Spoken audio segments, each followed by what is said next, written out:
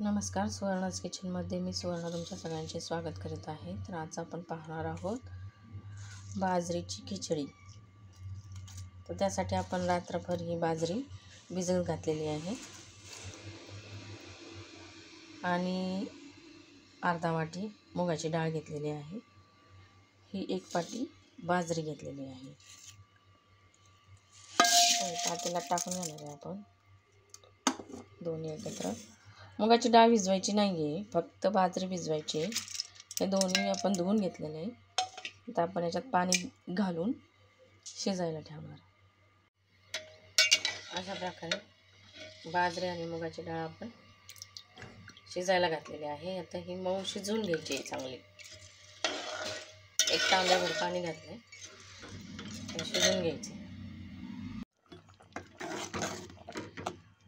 अशा प्रकारे बाजरी आणि मुगाची डाळ एकदम गाळ अशी शिजवून घ्यायची.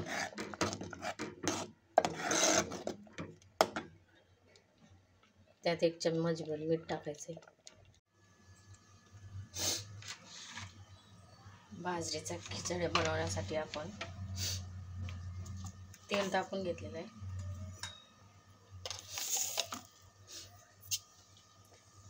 मोहरी टाकून घ्यायची.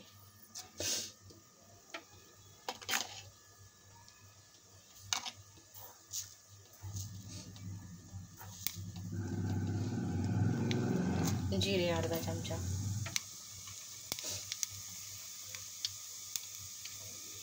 तडतडलं की त्यामध्ये कांदा टाकून घ्यायचा.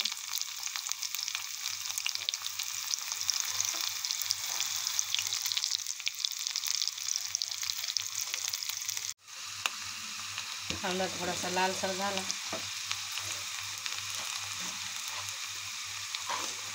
त्यात आलं, लसूण, कोथिंबीर पेस्ट टाकून घ्यायची. तेल सुटेपर्यंत परतून घ्यायचं.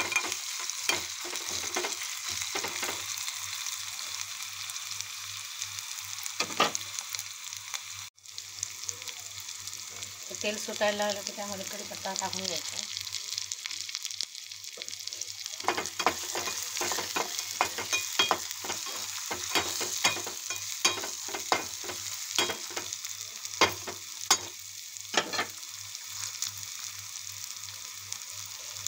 चिमूटभर हळद, अर्धा चमचा लाल तिखट, अर्धा चमचा काळं तिखट, टोमॅटो, कोथिंबीर, चवीप्रमाणे मीठ हे सगळं एकत्र करून घ्यायचं.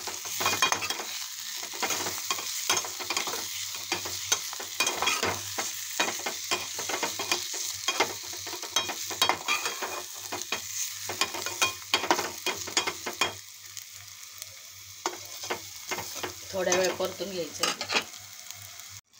थोडंसं पाणी टाकायचं आहे त्यामध्ये, म्हणजे ती फोडणी जळणार नाही.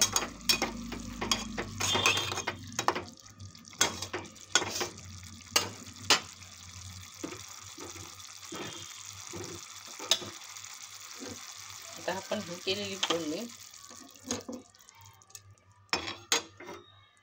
शिजवलेल्या बाजरीत टाकून घ्यायची. अशा प्रकारे सगळं एकत्र करून घ्या.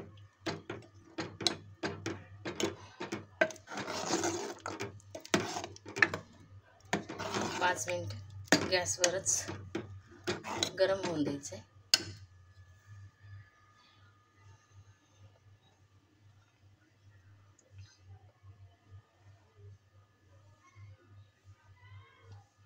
ही हिवाळ्यात खूप पौष्टिक असते शरीरासाठी.